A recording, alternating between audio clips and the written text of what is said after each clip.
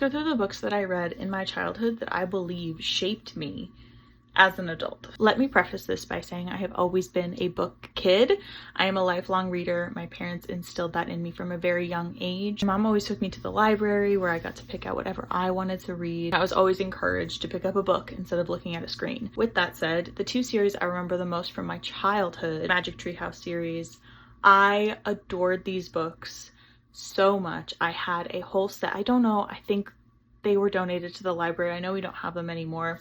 I had the full set of Magic Tree House books, and I would acquire a new one every time I could go pick out my own books. Rainbow Magic Fairy books. It was like a mini series. So you would do the rainbow fairies, and they had one for every color. And then they did the elements, and then they did flowers, and then they did all these different fairies. And they were just these little stories.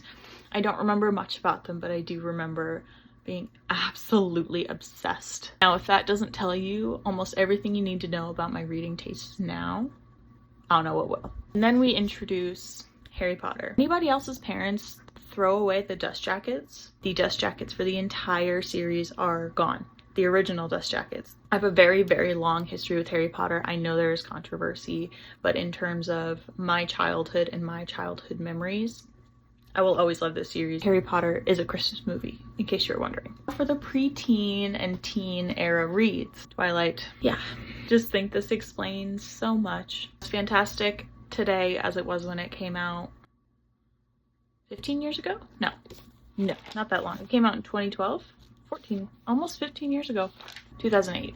This series is the kind that sticks with you forever. I remember reading this book in under 24 hours. That's how you know. This series has so many new fans, which is fantastic, but I read this book in 2013.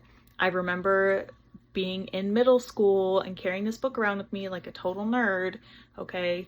It is annotated. Yeah, all right, well, this came out in 2007, so I don't think I was reading it then, but it was probably 2014. There was a real angsty time in my life where I listened to music in my headphones on my iPod Nano and read this book while I was listening to music, so I'm pretty sure it was all Fall Out Boy. Anyway, I have no shame. Those are some of the most joyful, joyous books that I remember to this day.